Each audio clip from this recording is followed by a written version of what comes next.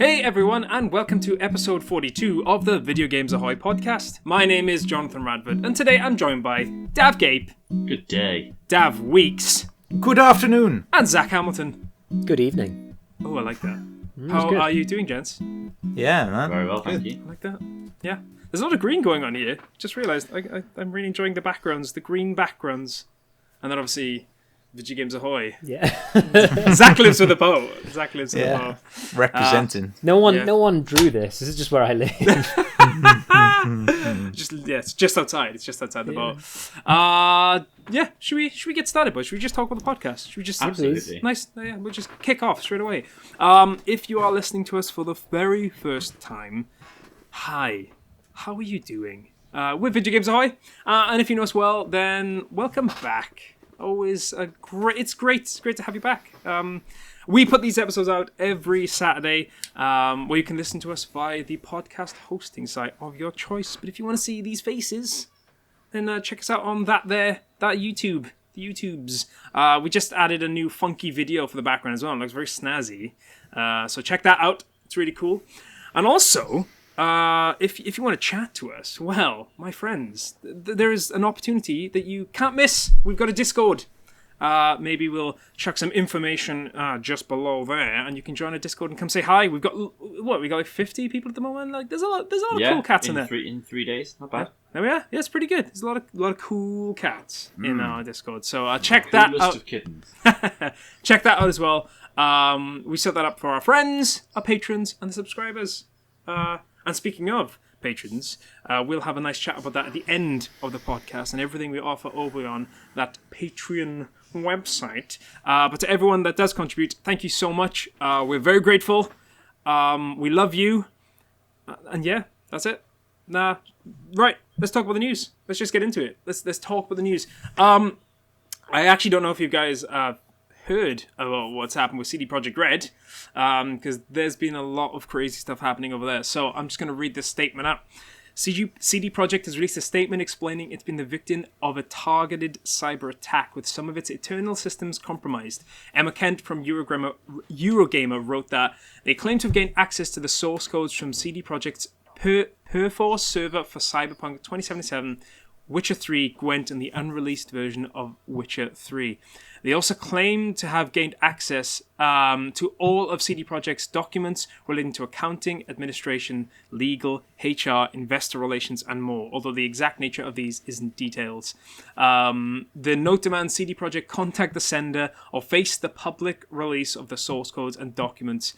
CD Projekt has said that it will not give in to the demands nor negotiate with the actor, being aware that this may eventually lead to the release of the compromised data. It's now in the process of contacting parties who may have been affected by the breach, although it believes personal data belonging to players and users has not been compromised. This is... this whole situation with CD Projekt, it's been just so shit. Like, it's so annoying we have to let's talk about it again, but like... I mean, from what it seems like, there are obviously a lot of people who are angry with the whole situation with Cyberpunk, and that seems like the reason why they were targeted. But I think the problem is they're now targeting people who worked unbelievable hours to actually make the game in the first place, and it wasn't their fault the game was bad. Or not even bad, but just kind of broken. I mean, that's management. It's all to do with management. But yeah, Zach, you're going to say something. Do we think this is definitely true? Yeah. Yeah, it does seem. It does seem to be. I mean, I think CD Projekt are like they've taken it to the police and stuff. So there's like serious investigations going on with it. There are some people who think it was internal, that someone has done it internally. I haven't read into it enough to know whether that's true or not. But it's just one of those things where if this is because of Cyberpunk, that is...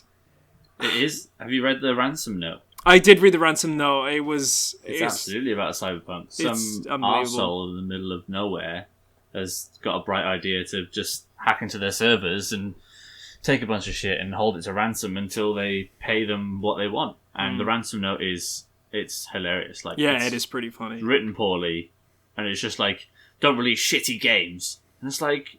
Why haven't you got something better in your life to do? Like, it's a Well, but it's video not really game. about a shitty game, though, is it? They just want money, I guess. This person seems angry. Like, Yeah. The it's not shitty written game well. is how he picked his target, I guess. Yeah. Could have Like, picked many other people. It's not written in a way where he looked at it twice. It's written like, fuck you, CD Projekt. Very Send. incoherent. Like, it's And very... it's just a sign that there is a vast majority of the gaming community that needs to grow up and learn how to deal with being a human being. Yeah.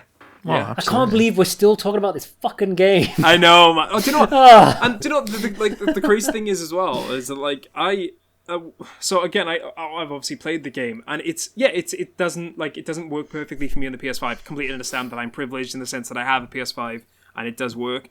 But I faced just as many bugs on Assassin's Creed Valhalla. Maybe not as like to the point where I'd have to turn off my console, but it did happen. And my console crashed twice playing Valhalla. So like, it does seem like the game is fundamentally broken to the point where people have it's crashing consoles, and that is shitty. But like, other companies have done shit like this before. Yeah. They like, do you know what I mean? I completely agree. It's just crying out loud. Like, we can all agree that it's shit. It is a shit, but like this is just making a shitty situation even worse. And weirdly, it could even get to the point now where like this could actually stop the game from being fixed. Like, they're gonna have to pause things for a while now because there's going to be an internal investigation. Things will slow down, obviously, because they have to sort this out. And who knows how long that's going to take. So eventually it's just actually going to push the game being fixed, possibly back even further, which is just... It's not what people want, but yeah, madness. I don't want to talk about it. Yeah. Is the game back out on PS5 yet? I don't think so. No, I don't think it's been released back on the PlayStation Network. I think it's still on Xbox. Wow. I think it's still... Yeah, but I don't think it ever did. I don't think it left Microsoft Store, did it? No, they have lower standards, it would seem. But yeah, it's... It's on Game Pass, isn't it? I wish.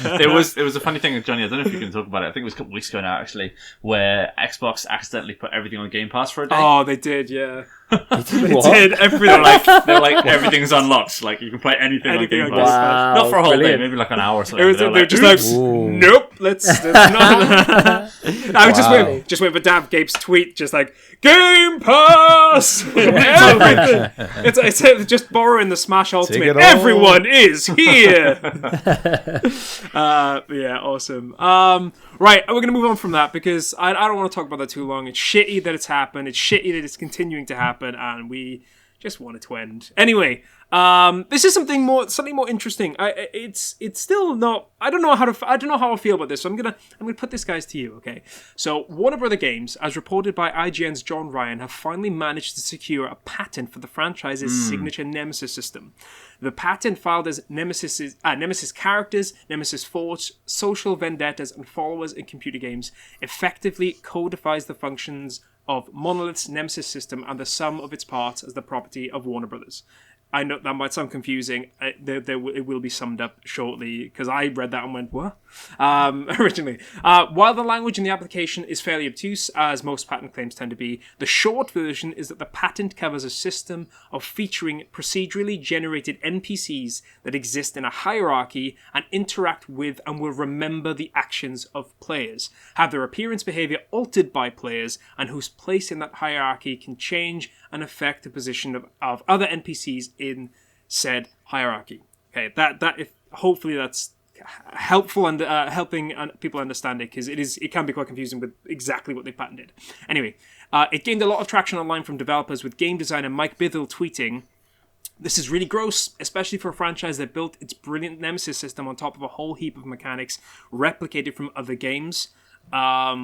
As all games do, because that's how culture and creativity works. Be a better neighbor, WB." Whilst Kat Manning wrote something similar, saying, "I looked at the patent and it's so broad as to be absurd. Multiple other emergent narrative systems that I've seen and worked on could be described with their language. It probably would not be legally enforceable, but I and other indie devs don't have the money to find out."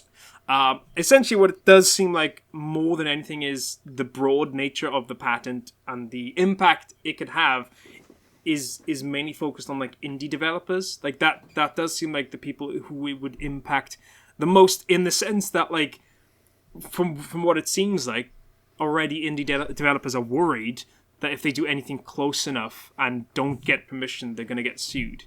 That's and the thing is as well with like some indie companies, like I'm not saying I'll use Undertale as an example. Is Toby Fox, right? Yeah. Yeah.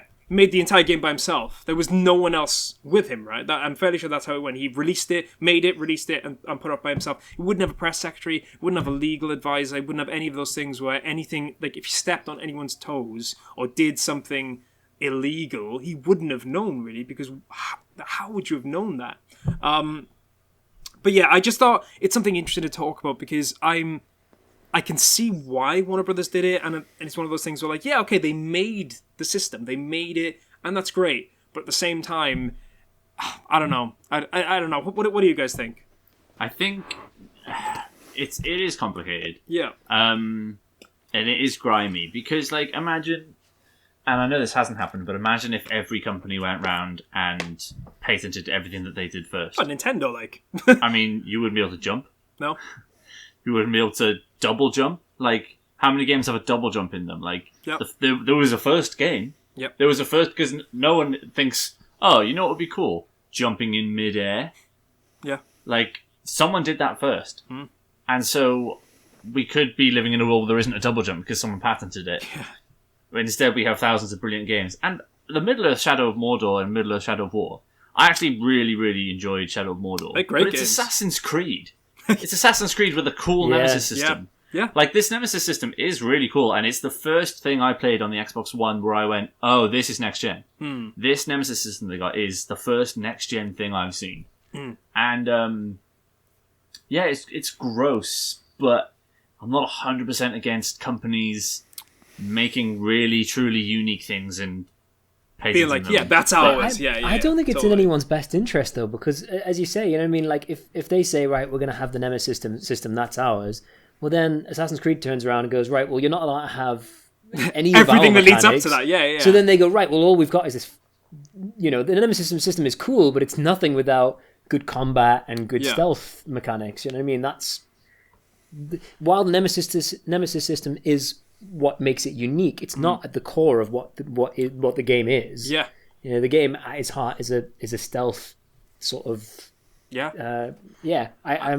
It's not in anyone. I don't think it'll happen. I don't think it'll go it has through, happened. I think they'll realize. Well, yeah. So it's taken them 5 years, right? Yeah. It took. I think they started in 2015. I think it was. So it's actually been confirmed now. But I think because the thing is, other companies have previously done this. I can't remember. I think Bandai did something similar. I can't remember what for. I think Microsoft have done it as well. But it's never been brought to court. I think the only time it's ever been brought to court was Crazy Taxi, and they took The Simpsons to court for what is the game we had last week? Hit and Run. Or was it Hit and Run? Or Road Rage. Road Rage. Yeah, that one. The one with the question from last week, actually. Yeah. But yeah, that was the only time it actually happened, and they settled out of court because, to be fair, they basically took Crazy Taxi and made the exact same game with Simpsons. But then, the same is true of, there's a lot of stuff in music these days where someone will say, like, you stole my chord progression, and it's like, well, yeah, I did, but also, like, it's a chord progression, you know what I mean? Like, you can't, and basically, it always just comes down to the mood in the courtroom, you know what I mean? Identical cases will either get thrown out or come to fruition based just on the day of trial. This might be a controversial thing, and it might be a hot take, but like ultimately, I do think it's never really about creativity. It's all about self-preservation and making money, and that's all it is. Of course. Like, because if it was about creativity, then you wouldn't mind if, like, the quote actually mentions it's like standing on the shoulders of giants. Like sometimes there's a very, and that's not the quote from there. Like, but it's essentially the same thing, really, isn't it? You've built on someone else's mechanics to build a brilliant game, and it's a brilliant system. Like, no one's arguing with that, but like, I don't know. It just... Where does it end as well? What about third person? You're not allowed to play third person. Yeah. As you said, like a double jump, like all this stuff. Like you can't say that that's not built off of every. Yeah, Pong could come after you and say, "Look, we made up computer games. Piss off." You know what I mean? But no, you're right. I'm not having any of that. It's interesting. Oh, actually, Daf Weeks. What do you think? Like, I'd be really interested to see what you think. Actually, right. So, like, intellectual property is just a really tricky one. I mean, because for creatives, it's essential, to make sure that you can make a living from your creative output. So for artists, singer-songwriters, photographers, they need it because they get screwed over so quickly. But then, like, I completely accept that. But then, like, you hear stuff like in agriculture, there's Monsanto who, like, basically patented the DNA of mung beans. Yeah. And now, if you're growing a mung bean, you've got lawyers kind of testing your batches to make sure, like, hang on, have you got a license for this mung bean? It's ridiculous. Yeah. And there are colour shades that get patented as well, right? There are. Yeah. Great story about, was it Perfect Pink or was it Black 3.0 Vanta Black? Yeah, it's basically a guy commissioned like the blackest black paint and said that only I am allowed to use it, nobody else is allowed to use it. And then somebody like came back and said, like, all right, I'm going to make the most perfect pink, and everybody's allowed to use it apart from Vanta. Yeah, brilliant. Which is a great story. I think, but it's ridiculous. Like, and you're right. I mean, it's so grey. It's so grey and so subjective.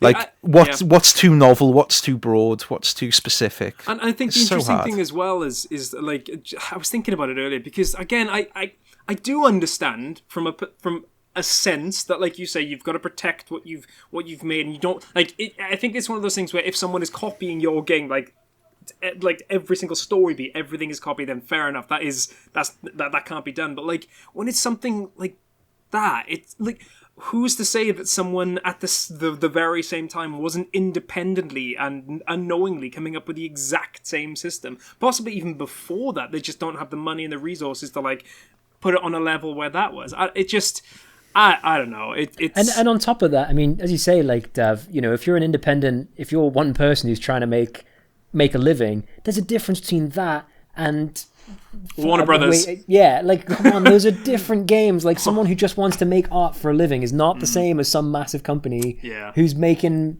It's not the same. And like I said, sorry, Dab, you go. I was going to say, for a second, I was kind of like, well, maybe it's the difference between like an artistic creativity and like an engineering mechanical thing. Like, if you're building a game mechanic or some kind of engineering thing, maybe you don't have as much right to the intellectual property as you would for someone who did concept art for something, for example. But then I don't think I agree with that either, because I'm sure there's some people who have put so much creativity and work into a specific mechanic which is very specific for their game, and someone just yanks it. I don't know. It's really tricky. I can't think of where I lie on it, to be honest. No, that's because, like I said, when I was reading it, I was like, it does. But and again, for me, I think the thing I always come back to, it does seem like the people who are going to be most impacted by this are like indie devs who accidentally stumble onto. I know they might not be able to stumble upon something as big as that, but it could happen, and they could get in trouble, and they don't have the resources to like fight off a case. It's just messy. Undertale's a really good example as well, because it's essentially modern day Mother. There we are. So yeah. All right. Let's move on. Let's move on to something. I don't want to say bad, and I don't want to say it's interesting. Anyway, Ubisoft has delayed the Prince of Persia: Sands of Time remake again, and the reason why I'm saying that is because when it was shown off recently, it didn't look very good. No, it did not. It did not look very good at all. So, I mean, it seems like it's going to be a good thing. But in a post on Twitter, Ubisoft said, since announcing Prince of Persia: The Sands of Time remake in September, we've seen an outpouring of feedback from you on this beloved franchise. It is your passionate support that is driving... Passionate. There it is. Sorry, that word. Whenever I hear passionate about a delay or anything like this, it's like, these bastards have been, like, doxing us and like death threats. That's what passionate means. Passionate means arseholes being arseholes to you. Sorry, it is your passion and support that is driving our development teams to make the best games possible. With that said, we've made the decision to shift the release for Prince of Persia: The Sands of Time remake to a later date. They haven't actually given a date, by the way. This extra development time will enable our teams to deliver a remake that feels fresh while remaining faithful to the original. We understand the update might come as a surprise, and we'll continue to keep you posted on progress of Prince of Persia: The Sands of Time remake. In the meantime, we want to thank you for all your ongoing support. And the original release was supposed to be in January of this year, and then they moved it to March. So I don't know if that sits in this year. If they've gone, it's going to be March, and now they've gone, we actually don't know when it's going to come. It doesn't feel like it's going to be in the next 3 months after March. It doesn't feel like that. It could be next year. It's interesting though, because I guess the reason why I wanted to talk about this is because I guess we come to the topic of like remake versus remaster, because when I saw it, it didn't look like a remake. It did just look like, in many ways, a remaster of the original assets. It didn't look like a brand new game. I could be misremembering it, and if I am, obviously I stick my hands up. But the way I remembered it was, it just looked like they took the old game and just made it look a bit prettier. Not even in the way that like Wind Waker was made, because Wind Waker, there were many enhancements to that, but then that kind of straddles the line between remake and remaster. But yeah, Daf Gape, I know you saw this, because obviously I think we saw it together, didn't we? We streamed the reactions to it, yeah. Yeah. How do you feel about that? Because I know at the time you were a bit underwhelmed, yeah. Thank God this thing's getting delayed, because it looked like absolute trash. Yep. Like, it looked like the PC port of it that I played a number of years ago. It just didn't look good. It looked muddy. It looked grimy. Just like, this is supposed to be a beautiful game with a really interesting and fun narrative and a cool main character. And that gets lost in all the grey of what we saw in that trailer. But at the same time, like it's they're not remaking it. They're just doing a sort of a spit polish kind of a thing. And the mechanics don't necessarily hold up anymore either. So I don't know if people are ready for what this game is going to be, regardless of how delayed it gets. Sure. I've never played Prince of Persia, so I have no idea what it's what it doesn't it play like kind of like Uncharted in that kind of like running, jumping, combat stuff. Yeah, a bit like Uncharted 1, I guess. It's a bit like Assassin's Creed 1, except it's a linear story.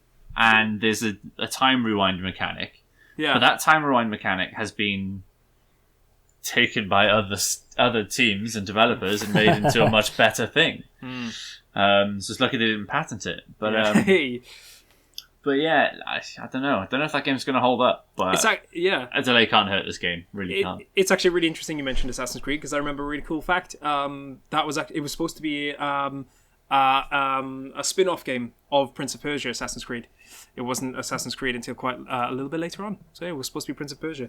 But yeah, it didn't look great, and maybe it just needed more time. I think we're going to see that quite a lot. We've already spoken about this over the 6 weeks worth of podcasts we've done this year. So many games are already getting delayed, and it's going to happen so much over the coming months.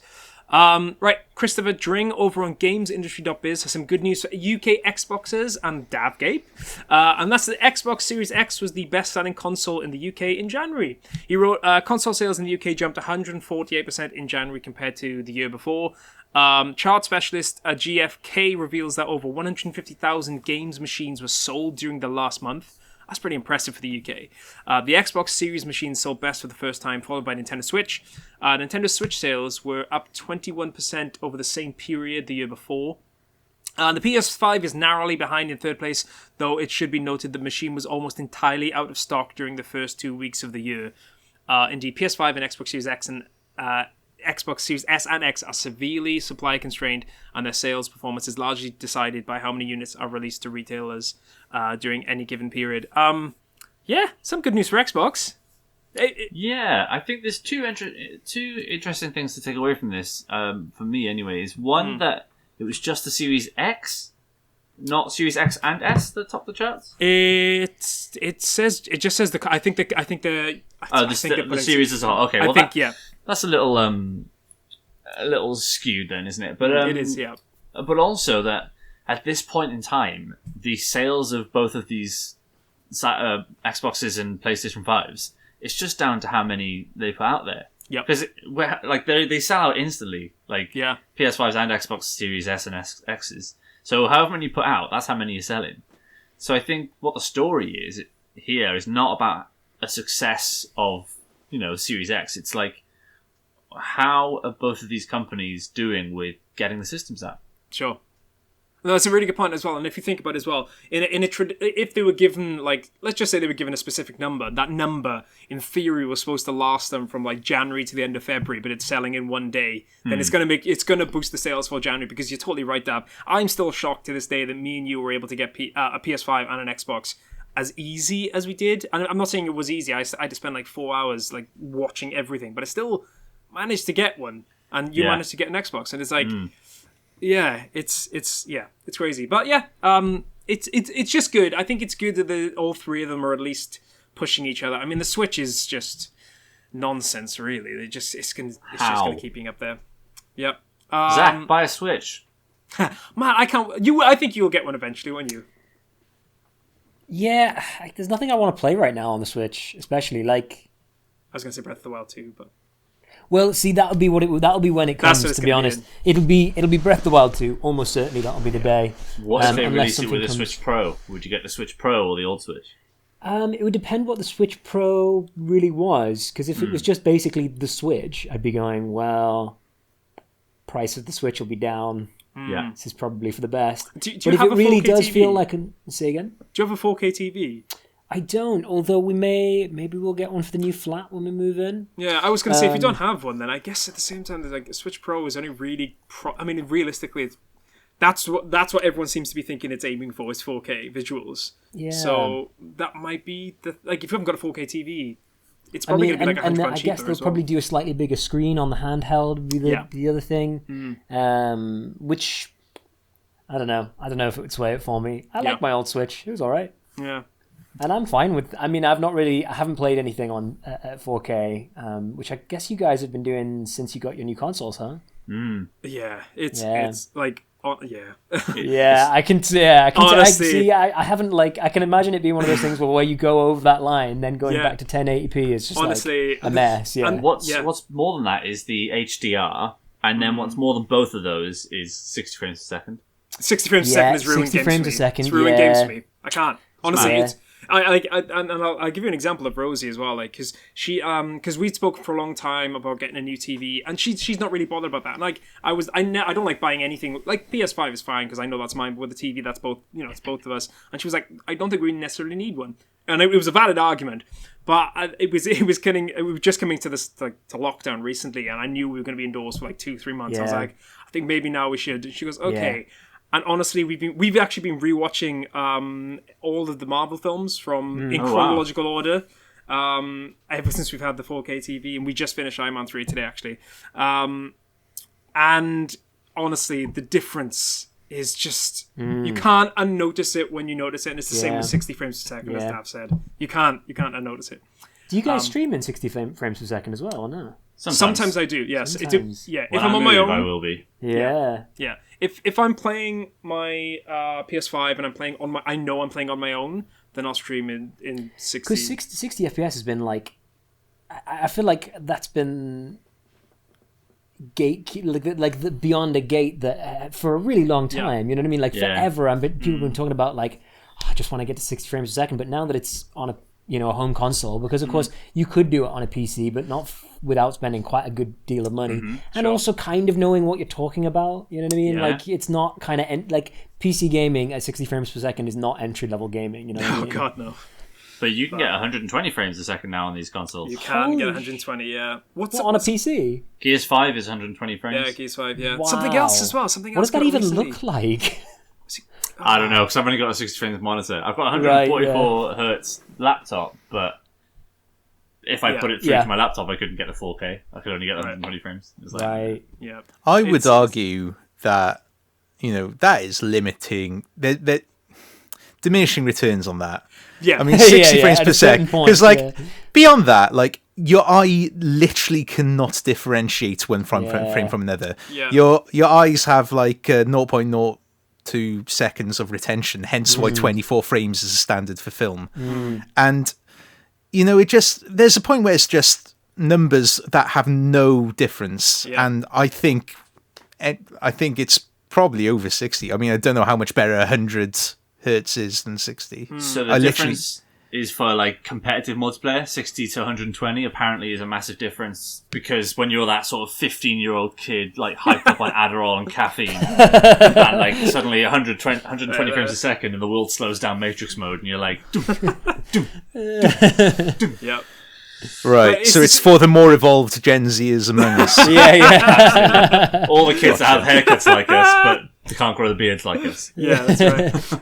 But isn't the same with 8K as well? Haven't they said 8K is kind of Yeah, and I won't ever need to go to AK. I don't think it's just at that point. Yeah, like you said, Daf Weeks is just diminishing returns. But Yeah, also, and can I just say the knowledge drop from Daf Weeks then was fabulous.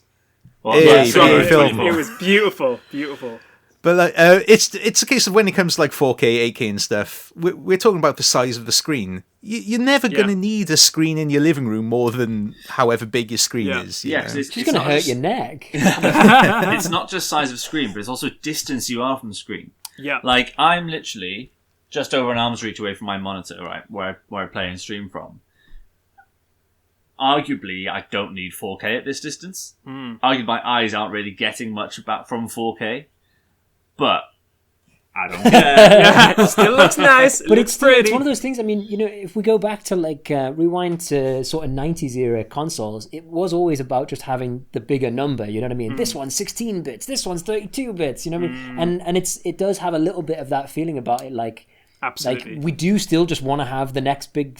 I want to see what it looks teraflops, like. Man. Teraflops. That was the big thing with this console. 12 teraflops of power.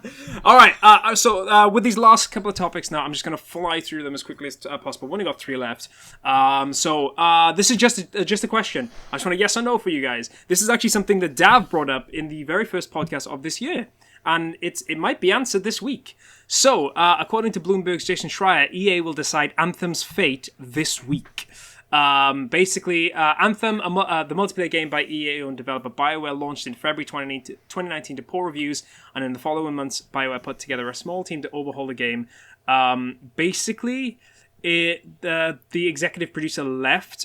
His name was Christian Daly, and ever since then, EA pretty much come to the conclusion it's this or not. Like we don't know if they'll continue. We're going to find out this week. So. I want to ask. I can't remember what you guys said. I know I said no because I remember saying no specifically to this question. I think you guys all said no as well. I'm fairly sure we all said no. But do you think this is going to be it? Do you think this is the end of the road for Anthem? Yeah. I think it's time Anthem crawled away and just left everyone to play all their normal games that work and have actual stuff in them. Yeah. Well, then any assets they have can just be handed off to other companies within EA.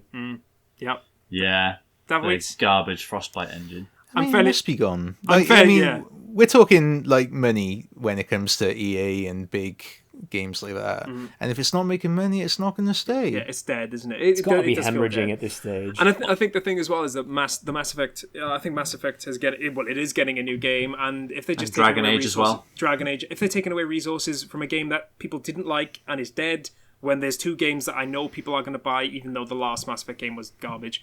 But yeah, that could be the end of the road for Anthem. Crash Bandicoot 4, It's About Time, is getting ported to the Switch, as well as the next-gen consoles. I'm very excited to see what it looks on the PS5 and the Xbox Series X and S. But it's coming to the Switch, and I'm surprised it didn't come out sooner. But yeah, me too. That is great. It's coming out, and it's coming out quite soon as well, March the 12th. So almost a month. One. Yeah, that's going straight to the top. I think it's going to be £35 as well, so it's not even going to be full price. Yeah, it's not even going to be full price in the sense of Nintendo charge like $60 and £60 sometimes. I just recently deleted the Insane Trilogy from my Xbox hard drive because Crash Bandicoot 2 wasn't fun. Yeah, I can imagine. I like the boss fights, but they're really easy. And the rest of it, just wasn't fun. Didn't have that Crash Bandicoot 1 charm to it. It was just level after level of normal Crash Bandicoot. Yep. Right, last topic, and then we'll talk about games we've been playing. The Legend of Zelda Phantom Hourglass. Zach, this is what I was talking about earlier, has received a new patent in Australia. Alex Walker from Katana, the Nemesis Australia. system. From Katana Zero Road. Nintendo received a new trademark in Australia for Phantom Hourglass. The trademark filing doesn't really specify what to expect beyond the obvious: electronic video game programs, computer game software. However, the 35th Zelda celebration is just around the corner. It seems pretty obvious what Nintendo has planned. Basically, I think the Phantom Hourglass is only available, and I said this to you earlier, Zach, on the Wii U, because I had a theory, and I don't know how true this is going to be. And this is... So, Dav, I remember you asking me at the end of the same episode we had at the start of the year about our predictions, and I said that I thought there was going to be 5 Zelda games. I actually think that either could be more, and this is the wild theory I'm going to add on top. There's a part of me that feels like... This is really wild, I do apologize. That they could... sell them within the timeline because Nintendo loves that timeline. They might sell the games with packaged within that timeline. If Phantom Hourglass is being done, there's Spirit Tracks and Wind Waker. Those three, all those three games are sequels of Wind Waker. It wouldn't surprise me if Nintendo do something wild like that. I can see an Hourglass Spirit Tracks combo, but I think they could get so much money from Wind Waker on its own. HD, baby. Yeah. Also, how canon are these timelines? I remember watching a video about the Zelda timelines. Are they just fan theories, or are they official? No, there's a real book that's written all about the timeline. It's a three real timelines. Book. Yeah, there's three. Yeah. The Downfall timeline, which is when Link fails to beat Ganon. The timeline where... And then it splits into... It's like three, but two of them it's are all Ocarina of Time. It's all from Ocarina, right? Yeah. That's the crux, yeah? So it's basically Link defeats Ganon, and he's a child. Link defeats Ganon, and he's an adult. And then Link loses, and that's... Actually, the Link loses one is probably a lot of the really old famous ones. It's like Link 1, Legend of Zelda 1, 2, Link to the Past, Link's Awakening. They're all part of that one. I thought the third one was just Breath of the Wild. Oh. No, Breath of the Wild is right at the end where the three timelines converge. Skyward Sword, on the other hand, is the very first one, which leads into... How do I leave this podcast? I'm so done. Sorry. Yeah, it's a mess, though. I mean, none of it makes sense. There are so many flaws with it, which is why I actually thought that we were talking about this earlier, and I actually thought that Nintendo had separated themselves from it and kind of gone like... never mind. Do you know what I mean? But apparently they're still doubling down on that theory. It does feel like ever since Breath of the Wild came out, they were kind of like, meh. Yeah. Meh. Breath of the Wild was such a cop-out. Everyone was like, where does it lie in the timeline? They were like, I don't know, it's all of them. It's wherever you want it to be. It's wherever you want it to be. That's where it is. You decide. It's in your heart. That's where it is. It's in your heart. Right, that's the end of the news. That's the end of the news. Thank God. Let's... I'm just going to briefly, because I haven't actually been playing many games, so I just want to quickly get out a game that me and Daf Weeks were streaming last night, and it was the best game in the world. It was Business Pokemon Stadium. It was the best. Business Pokemon Stadium. It was a lot of... Yeah, it was... How do I leave the podcast? I honestly, nothing gave me more joy than me and Daf Weeks just not understanding any of the game, and then seeing Zach's reactions going, no! Every time you go make a decision, I'm aware that I'm getting it slightly behind because you're streaming, so I'm frantically trying to text please don't do this. Yeah, and they're like, yes, Metapod versus Onyx.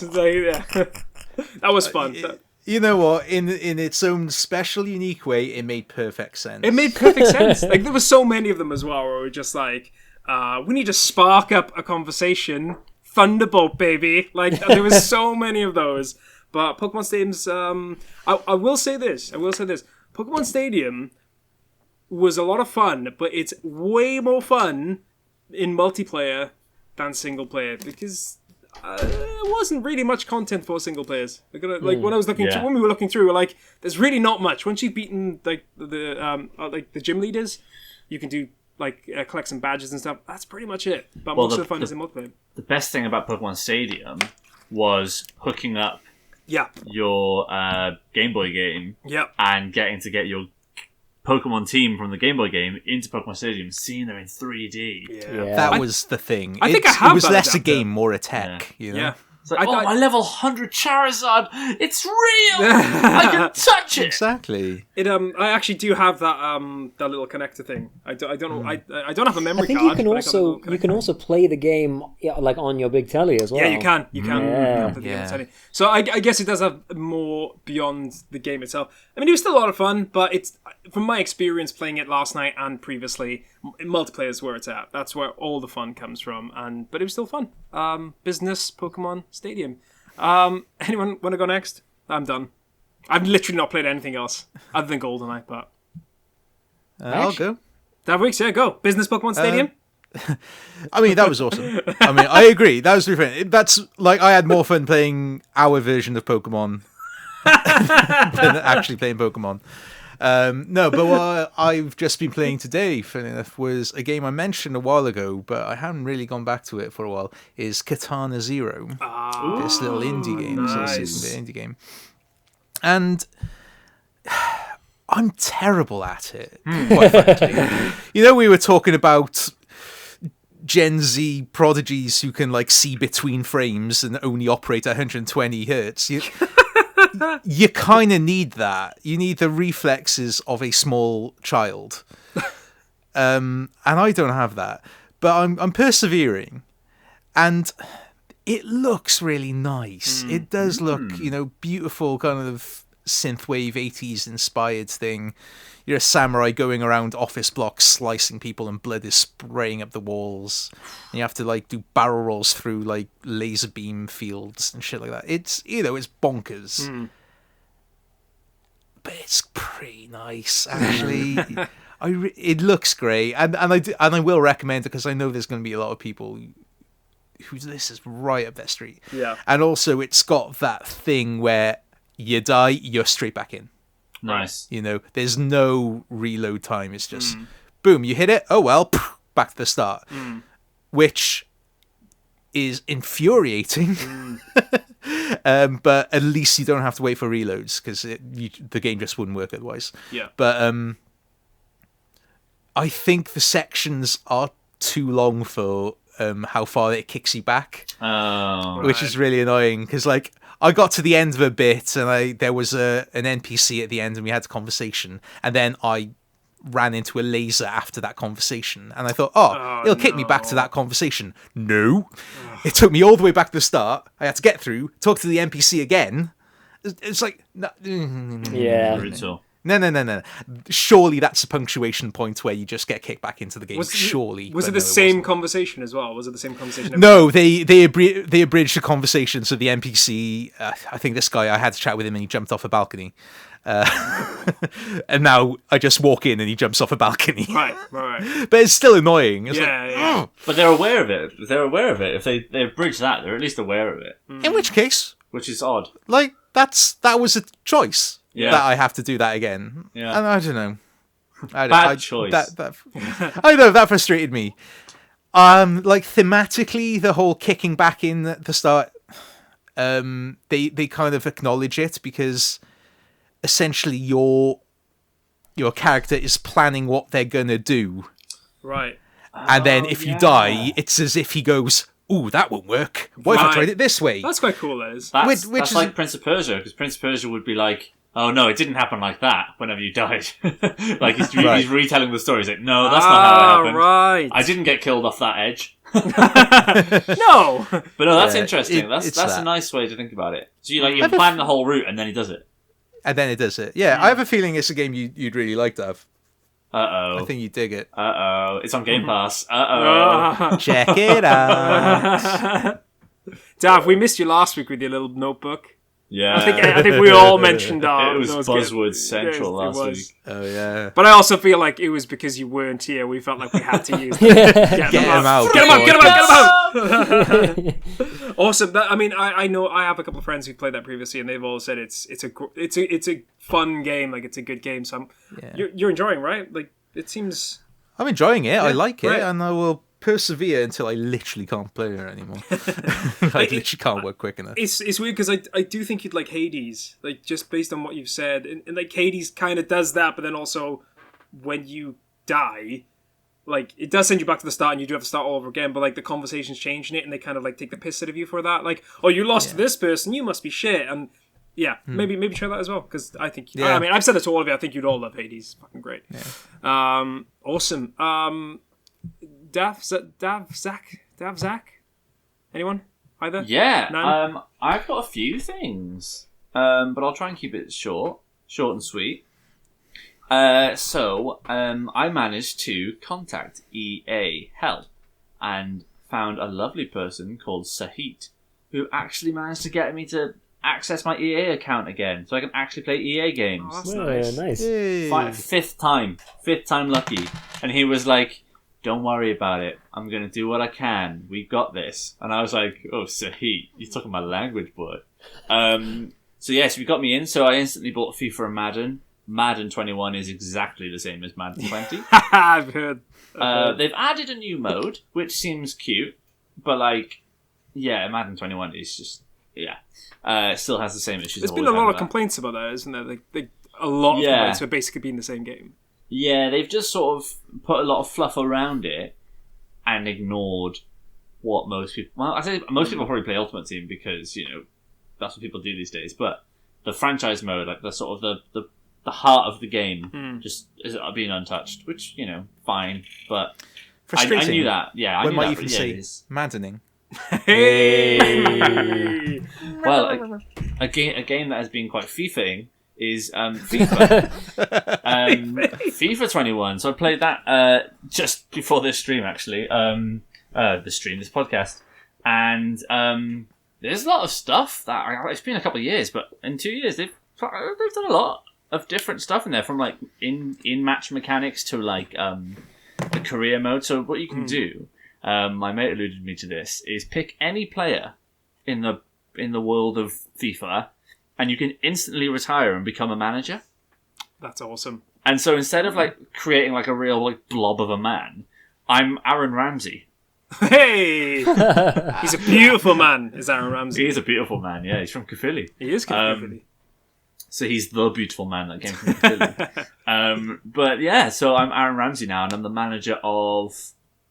I can't remember now. I didn't even play a game. West Brom or something like that. West Brom. Because it even tailors which teams you can manage depending on like which player you choose. So like he got some like mid-tier Italian teams because he's at Juve, and then there's like some mid to low tier English teams. And it's cool. It was a cool, neat thing that I've never seen done in FIFA, and it's one of those things that in a game series that's been going on for donkey's years, where like, oh, this is something I never knew I wanted, but now it's there. I wish it was there the whole time. Sure. Just cool little things like that. Seems like a really cool upgrade on the games. Anyway, I wasn't supposed to talk about FIFA. I was supposed to talk about 2 other games. One of them's Control. I finished Control. Oh, nice. Control is phenomenal. The ending is a little lackluster, but there are expansions, and I think the whole point was sort of like a tame end, and then you can go and you can keep doing these like side missions and stuff. Sure. While they build the DLC, and now they built the DLC. But I want to go and play Alan Wake before I do the DLC. Which I think I might stream Alan Wake actually. That'd be a good stream. That'd be because I've never played it before. Yeah. And the second Control DLC is all about Alan Wake. Was it really? Yeah. It's all like a shared universe. It's really cool. And there's like different like notes and stuff that you pick up, and they mention like the specific event that happened in like Alan Wake, and it's really cool. And yes, Control's really, really good. I can see why it won so many Game of the Year awards. It's phenomenal. The story's beautiful. The scenery and how it all changes around and shifts is mental. And it's PS Plus. It is this month. Yeah, it is. The Ultimate Edition on PS5. So I definitely check that out. Anyone who can. But the game I really want to talk about, and I won't talk about it that long, but Cyber Shadow. Oh God. Cyber Shadow. So, just for context, this is the first game that Yacht Club Games, the developers behind Shovel Knight, it's the first game they published but didn't develop. And it came out in January on Game Pass, and I thought, cool, Yacht Club, Shovel Knight's amazing. This kind of looks like The Messenger. I'm gonna give it a go. So I streamed it and started off, and I was like, okay, it's slow, but it's getting there. It's cool, yeah, it's a bit easy. And it gets harder, and then it just gets insanely hard. And it's like, in an unfair way, where like, all they do to increase the difficulty is put more enemies in like off-screen and weird locations and just flying at you, as well as like loads of more like instant death traps and like spikes and stuff like that. Oh, God. And they make the checkpoints further away, and they make the resources harder to find and less common. So it's basically like a really bad level you'll find on like Mario Maker. Like where someone's literally just spammed lots of enemies all over the place. Kinda. But then there's like a kind of a cool story in there, and the boss fights are really memorable. Like the boss fights are great, and they're all so well designed. And I think what happened was about 60% of the way through the game, they were like, "Oh well, this is the sweet spot, but we need to give them more powers." So what they do is they upgrade every power you have all at once. And they go, oh, well, now they're going to be too powerful, so we've got to make the game harder. And they didn't quite know how to do that. And so they just went, right, throw all this in. And there are there's very small moments where you get a slight feeling that you're an absolute god. But it's just like marred by a lot of like oh, why are these things like? And I'll do like a triple jump, dash, jump, dash thing. Like felt like a god, and then there'll be an off-screen enemy that I'll hit, and that'll knock me backwards, and I'll fall onto the spikes and die straight away. And I'm like, oh! I saw that stream you were doing. I was because it was the day after I was editing the podcast, and I just tuned in to see and you were just like, yeah, I'm gonna finish the stream tonight, guys, and it was like 4 hours after you started, and you just like. Yeah. I could see the rage just being like, and it was so unfair. I was watching it, there was like, you were there, and you'd jump, and then they'd be like, doo, doo, doo, doo, doo, doo, doo. It was mad. Mm-hmm. It was like, yeah. So I was like, oh, according to whatever, it was like, it should only be another 4.5 hours of this game. 6 hours later, I'm like, right, I'm on the last level, and I just can't do it anymore. I'm sick of this game. So I started it back Saturday morning, and finished it, and it felt really good. And the final boss was like really well designed, really well designed. Like one of the best final bosses I've ever played in any game, whatever. And then I thought, right, that's that. Get that out of the way. And I played a game called Coffee. No, I can't remember what it's called now. Night Coffee or something like that. Coffee Talk, and basically just made it into a musical, and just thought, right, this is what I need. A Saturday full of just singing nonsense about elves and succubus just making love while I'm making coffee as though I'm Barry White. That's amazing. The last thing I'll ask Dav, before moving to Zach, do you rescind your one thumb up kind of review? Is it changed? Are you turning into a Roman emperor and it's going to start pointing downwards? And I was there, wasn't I? You were kind of like, it was a bit shaky. We're going there. Okay. It would be lower. Two horizontal thumbs. Yeah, it would be lower, but the boss fights are just really good. So boss fights save game, essentially. Boss fights save game. There we are. Right, we've got a quote. Great. Awesome. Thanks, Dav. Zach? I have to say, I haven't had much time for games either, but Dav and I, and a few others did some Among Us streaming on the weekend, which was great, but we did something I'd never done before. We used CrewLink on the Saturday.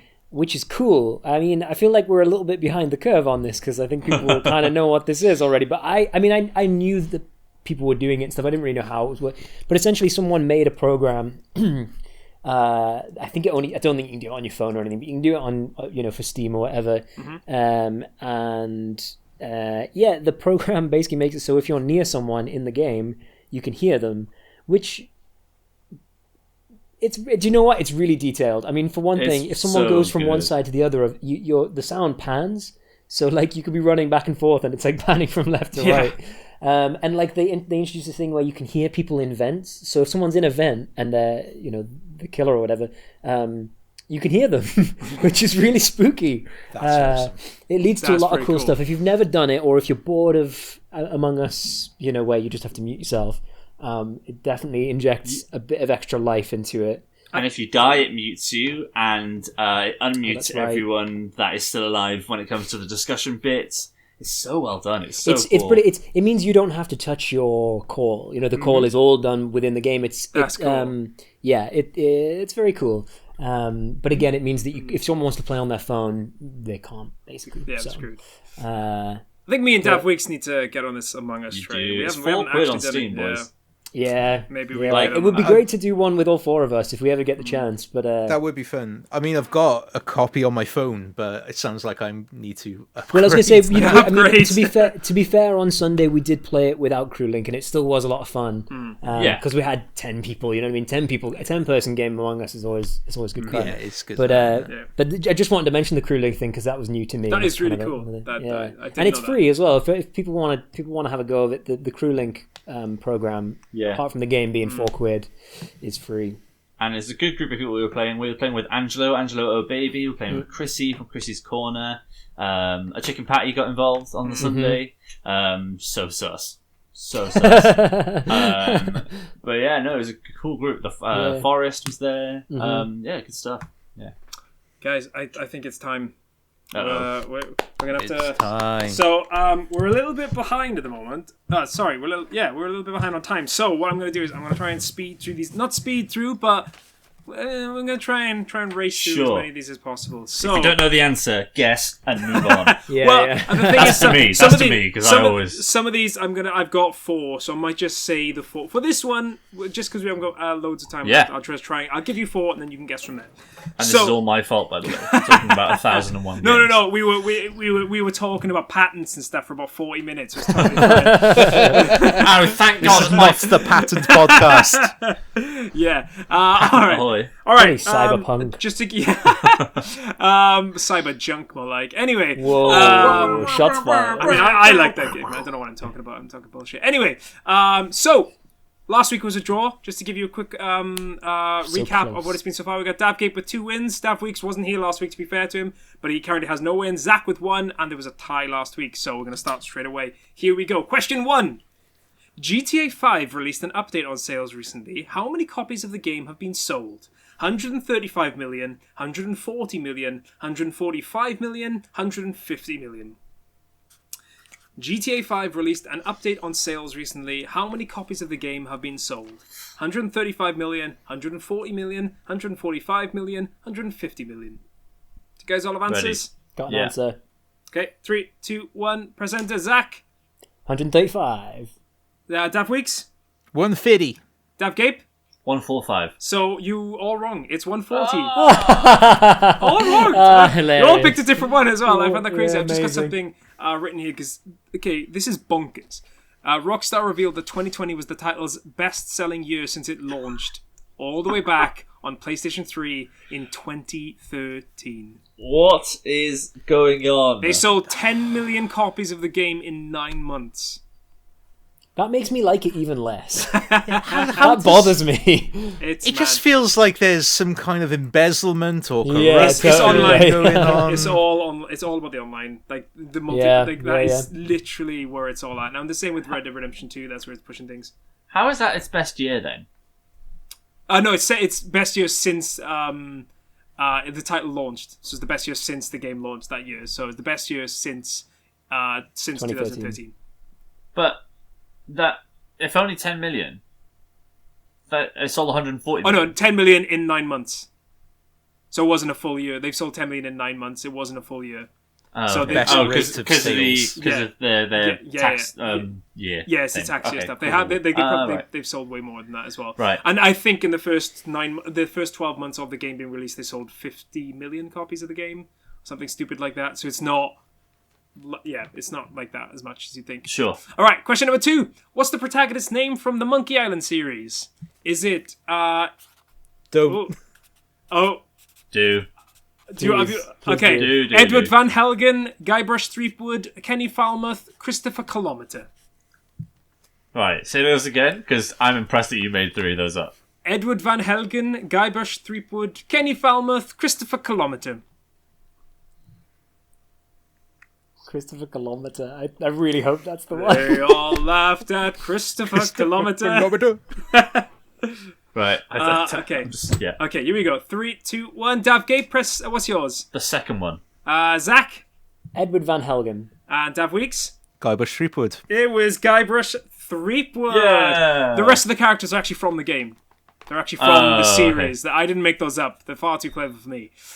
Question number 3. Who is the tallest final evolution out of the starter Pokemon from Pokemon Red and Blue?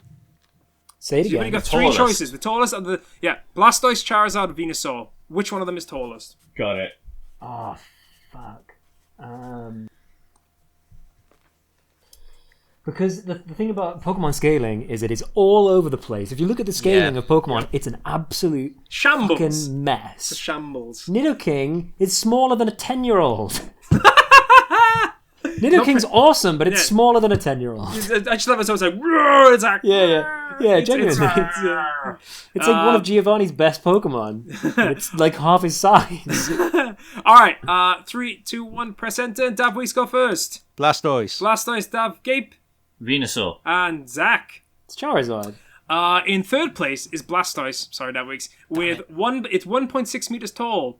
In second place is Charizard, 1.7 meters tall. Venusaur is 2 meters tall, 6'6".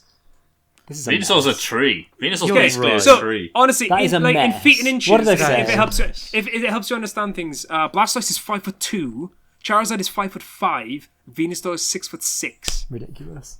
Like, nah. Well, that is complete. He's bullshit. fucking not though, is he? No, Like, he's just we've a all little- seen the anime. No, he's just a little thing, isn't he? Anyway, question That number was 4. bullshit. What city? I've only got one answer here, so if you don't know the answer, I'm sorry. Just tell it. What city is Shenmue set in? Oh, no. Oh, hang on. What? The start of the first game?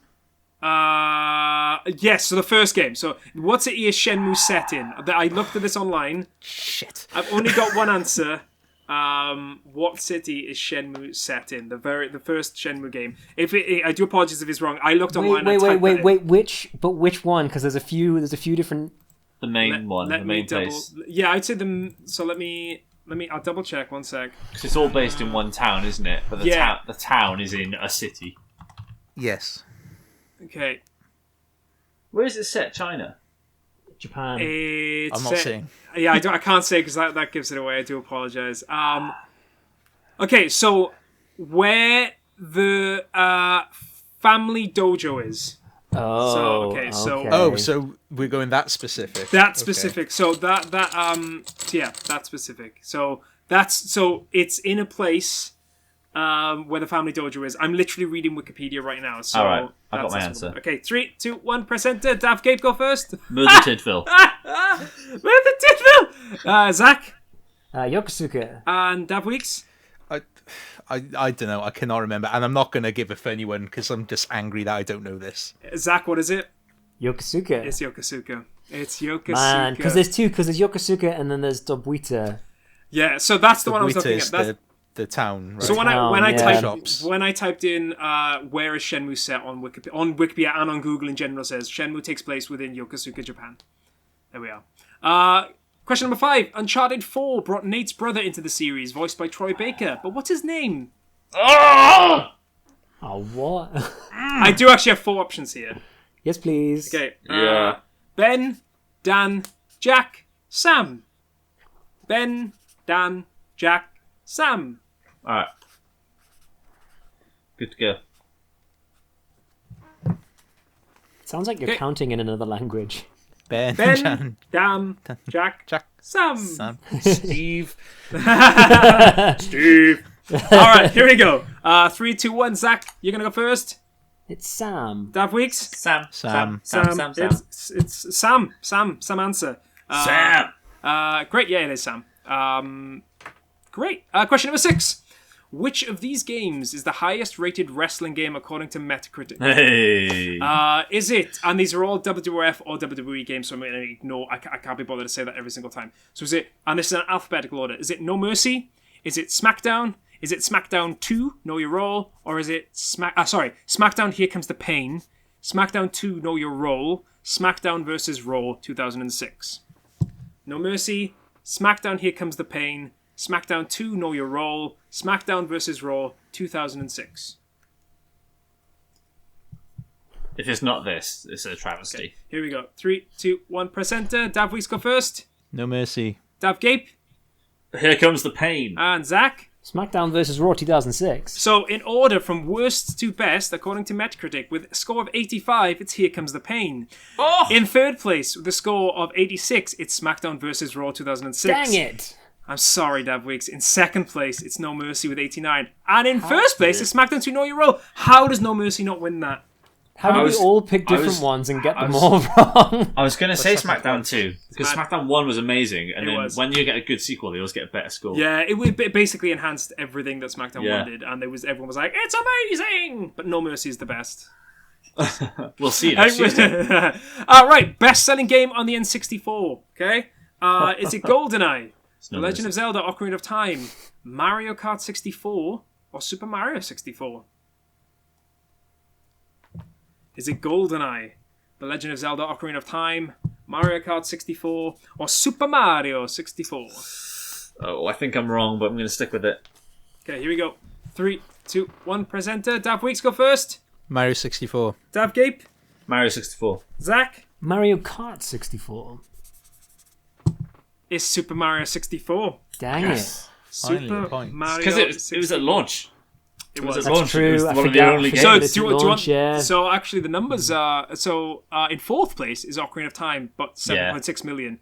Then GoldenEye with 8 million. Then Mario Kart 64 with 9.8, and then Super Mario 64 with. I think if I 11.9. thought about the fact that it was at launch, I probably would have swung the same Yeah, way. it was. I think it was on like a full 2 years before some of those games as well. Like Ocarina of Time was 98, and I think 98. 64 It's never was gonna win. 96. But so- Zelda games never outsell Mario games. That's No, true. yeah, they never do. They never do. Well, actually, Breath of the Wild outsold Odyssey. That's the first time. First time it's happened. Fair. In the question number 8. Also a launch title. Also launched, also that, and also it's considered to be the best in the series. Anyway, by me. So That's the Breath of the Wild support. So is Ocarina. Question. That is true. That is true. Very true. So is A Link Between Worlds. To me. Question number 8. The Sims is one of the greatest games of all time. It is, yeah. Just Question fact. number 9. No. Question number 8. Amazing. The Sims is one of the greatest games of all time, but how many downloadable expansion packs were there for the original game? Downloadable. Yes, so DLC expansion packs. I'm not talking about all of them added in, and that's considered one. I literally mean how many can you? If you bought the base game, how many packs can you download? Is it closest wins? Yeah, go on. I'll give you closest wins. How about that? Catch me outside.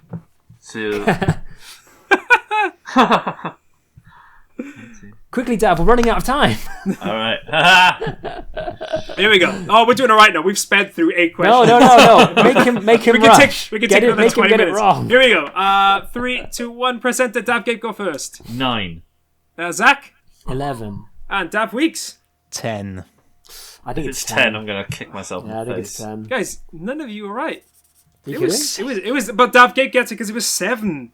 Ooh. Only 7? 7, yeah. Does that not include the IKEA and the H&M expansions? Well, according to Wikipedia, those are the official expansions, Wow. DLC for the game, for The Sims. All right, question number 9. Name that badly described game. All right, Hey, I hate you these. might, yeah, okay. I love them, but I can't do it. As far back as the protagonist can remember, he always wanted to be the lead in this retro-themed open-world game. God damn it, what? Okay, this one's a bit sneaky. I think Davwix has got it. As far back as the protagonist can remember, he always wanted to be the lead in this retro-themed open-world game. There is a massive hint there. Yeah, got it. Yeah, I knew you'd get it. I knew when I wrote it and I said it to Rosie, I was like, if there's one person gets the hint, they're gonna get the game. One more time. Open world is the thing that's getting me. Yeah, that's As messing me far up. back as the protagonist can remember, he always wanted to be the lead in this retro-themed open-world game. I don't think I've played this. I don't think I've played this. As far back Okay, as... I'm gonna give you 30 seconds. Okay. Alright, we'll be... Yeah. Alright, right. As far back as I can remember, I've always wanted to be the lead in my own game. Must be a quote. Retro-themed open-world game. Yeah. Open world is the thing that's screwing Davwix, me. it does work, doesn't it? Yeah. Yeah, it does. Yeah, work. I think that works. It does work. This is when we find I'll out be that very we embarrassed actually now if I've it got the wrong answer. Yeah. No. I am fair. Like, I think you've got the hint. That's what I think. Yeah. Retro theme. I've lost how many seconds we're doing, so I'm just going to give you another 10 Right. seconds, okay? I'm going to put this, but I've never played it and I'm pretty sure it's an open world. But I'm going to put it anyway. I know for a fact the game I'm putting is an open world, but it sounds the most right. Yeah. Okay. 3, 2, 1. Presenter Daf Gape. Scott Pilgrim versus the World. Zach. Beautiful Joe. And Dav Weeks. Mafia. Oh my god, it's not none of those. What is it, Godfather? But Dav Weeks, you were so close. It's not Mafia. It's not Mafia, okay? Well, what It's game a is very- it then? It's GTA Vice City. I haven't played You're that! thinking... Hang on, you're thinking of the wrong film here. No. Hear me out. As far back as the protagonist can remember, who is the lead character in Vice City? Who's he voiced by? Ray Liotta. Okay, you made one step away. All right. Yeah, I knew that was going to be tricky. When I wrote that, as far back as I can remember, I always wanted to be a gangster. It's Ray Liotta, who's the lead in GTA Vice City. Okay, I get you. That was a hard one. For me, Vice City will always be Scarface. So if you said anything about Bubblehead, or if you said something about first you get the power, then you get the money, then you get the women, I'll be Vice City all over it. I actually played the Scarface game. That game was crazy. Yeah. That game was crazy. Yeah, it was actually the Scarface game. You should not have been allowed to play that game. I know. When I came out, I was definitely not 18. That game had actually things that the GTA actually added to it. So there should be patents. Patents going out everywhere. Like coke and hookers. Right, question number 10. Okay, Super Smash Bros. Ultimate has an incredible cast of characters, but how many are specifically from the Mario series? I'm gonna give you help here. It does not include 3 characters that, and then you'll have to guess beyond that whether it includes others. It doesn't include Donkey Kong, so it's not the Donkey Kong series. Okay. Wario, nah. Yoshi, nah. No, okay? Yoshi. Yeah, because basically I think what it is that like because Yoshi has its own franchise in the sense that the Yoshi games. That's all I'm going to tell you. Okay. That's what I'm going by what Nintendo has given me. So they're characters that have their own franchises. Okay. Not strictly, and just saying that. What about Luigi? That's what I mean. It's not that strict, but. Okay, Peach. So no Donkey Kong, no Wario, and no Yoshi, but I can't. Right, okay. So you're just gonna have to guess. This is what Nintendo have given me. I rang them up and I try to get some clarification. They're like, nah. This is the question you got to give the people. Okay. Okay. Do you have an answer? I got an answer. No. I don't think I'm missing anyone. But I may have added one that doesn't count. That's what I'm worried about, really. That's the thing. All right, here we go. I'm gonna need answers in the next 10 seconds. Okay. This is the most recent Smash Brothers, I guess. It is. Yeah. Yeah, which I haven't played really. Okay. Wait. Give me 5 seconds. Dun, dun, dun, dun, dun, dun, dun, dun, dun, dun, dun, dun, do do do do do do. Yeah, sing the theme song like that. I should do that, shouldn't I? Whenever there's a pause, I just add the theme song in the middle. All right. I feel like there should be more than this, but 3, 2, 1. Press enter. Daf Gape go first. 8. Zach. 5. And Daf Weeks.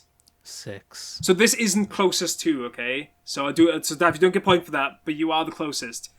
Okay, I'm gonna read the list. I'm gonna see what you guys didn't get. Okay. Don't have a go at me. Wait, because I've got the most. How about I say what I've done? Okay, yeah, you go. All right, Mario. Yeah. Luigi. Yeah. Peach. Yeah. Daisy. Yeah. Bowser. In it? Yeah. Bowser Jr. Yeah. Piranha Plant. Yes. I think I just put another one just in case. Okay, you didn't get Dr. Mario. Dr. Mario. Oh, that's the other one I did have. I did have Dr. Mario. So who did There is someone you didn't get. Metal Mario. It's Rosalina. Rosalina is in there. There are so many characters in the new Smash, man. Yeah, you can play. Everyone is here, Zach. Everyone is here. Ridiculous. Everyone is here. So, Piranha Plant's my favorite of all. Piranha Plant is hilarious, and Piranha Plant was so OP when it first came out. The people were just furious. So I love it when people get annoyed at Smash Brothers because they're just like, "No, nerf it!" Like, nah, it's hilarious. Because like King K. Rool for a while as well, it would just like belly flop onto everyone and people would fly off the stage, and I just found it really funny.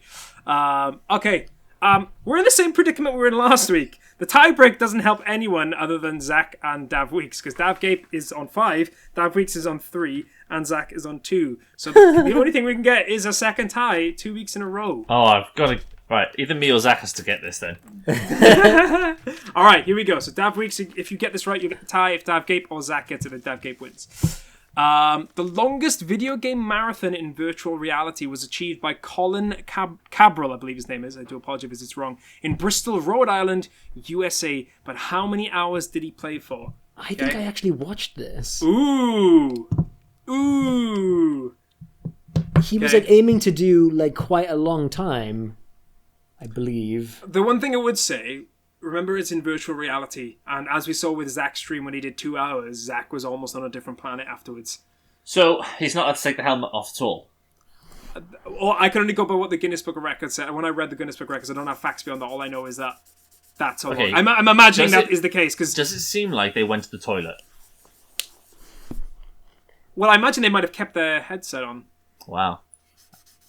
Okay, right. This is what it's saying to me, that the longest session was this. Okay. Okay. Yeah. Okay. I think it's longer than I think it was. Okay. I think Here we it's go. shorter than I think it will be. 3, 2, 1. Press enter. Zach, go first. 11 hours. Daf Weeks 10 hours. and Daf Gape. 16.5. Do you go 5 hours? 16.5. Oh, sorry, I had 5 hours. Okay. Lads, I gotta tell you something. You're all off. Way off. It's and Zach, what was it like after 2 hours? I mean, you were in a terrifying game. Yeah. I mean, it's disorientating. I think that's about as far as I'd say. It's not very pleasant. No more than 2 hours, I would say. 48 hours, which means Daf wins. Jesus! But can we just take a moment to think? 48 hours in VR. I can't do 40 hours in R. yeah. And just as I was looking for a title for the podcast, I can't. 48 hours in R. Perfect timing. Well done, Daf Gape. You're on a bit of a roll this year. Wins. You are on a roll. Where are all my Ocarina of Time questions? I got to be replaced by Monkey Island questions. I got given a Shenmue question. It's fine. To be fair, I figured that you all played Shenmue. I thought you had all played Shenmue. I tried to pick games you all played. Is that what you're going to say? There was Monkey Island, there was Shenmue, there was a movie-based question, and I didn't win. This is really embarrassing. This is like when I was on the chase all over again. Oh, he sent me the answers, and I still didn't get it. Johnny, I need to send you a list of games I've actually played. No, I guess it's just because you don't get any of them. I try. The thing is that I do honestly try and think. Okay, well, that's a series I know they've played. I at least you've mentioned previously, so I do think that you might have some knowledge. But Dad, you're still off your flyer. You haven't even played it, and you're still winning. But that's the end of podcast number 42. Thank you very much for listening today. If you enjoyed the show, then please follow us on Twitter, Facebook, and YouTube. Tell your friends, give us a review, or comment. We've had a lot of lovely comments on YouTube recently, and I like responding to them. So keep them coming. It's lovely. Ultimately, this podcast is supported by loads of wonderful people over on Patreon. Loads of subscribers on Twitch as well. I just want to throw that Twitch is popping off. Twitch is going crazy. We have to make a Discord just to control it. Well, that is the thing. But to everyone that is a patron, first off, I do want to say thank you so much for contributing to that every single month. We really appreciate it. And to everyone else that just listens to us, thank you. That's still more than enough. Just listening to the podcast is great. Can I just quickly say, if you are a patron or become a patron, you will get subscriber status on the Discord, which will get you some certain privileges and access to giveaways that we'll be doing. Yeah. And you can join the Patreon for £1. So you can actually do it cheaper than people who sub on Twitch. So, exactly. Yeah. And with that as well, you can get stuff like the Hall of Fame, which we probably have to do another episode in the next week. Oh, I love doing this Hall of Fame episode. So another episode in the Hall of Fame. And I should also add as well that we are affiliated with Green Man Gaming. So if you do have any gaming needs and want to look for some delicious deals, then have a look in the description below. And Dav? They've started doing Xbox stuff, so if you want to buy an Xbox game, get Game Pass. Green Man, but you can buy Game Pass on there. Oh, there we are. So, I bought 3 months of Game Pass through our Green Man Gaming app, and it all worked, and it was all fine. So we're now millionaires. We're now millionaires from the sheer volume of cash they gave us. Truckloads came out of Johnny's flat. But yeah, if you're looking to buy Xbox games or PC games, click on our Green Man Gaming link, have a look, see if there's anything there, because they do crazy deals as well. Yep. So. Like we said as well, please, if you, I'm not begging you. If you want to join our Discord, please check it out. That's what I was going to say. Have a look. We've had some cool people joining, and it's great. It's been a lot of fun. We also stream, so again, check out Twitch. We're streaming pretty much every day now, which is great. So yeah, keep an eye out for us. We're doing okay. We're doing okay. That's it.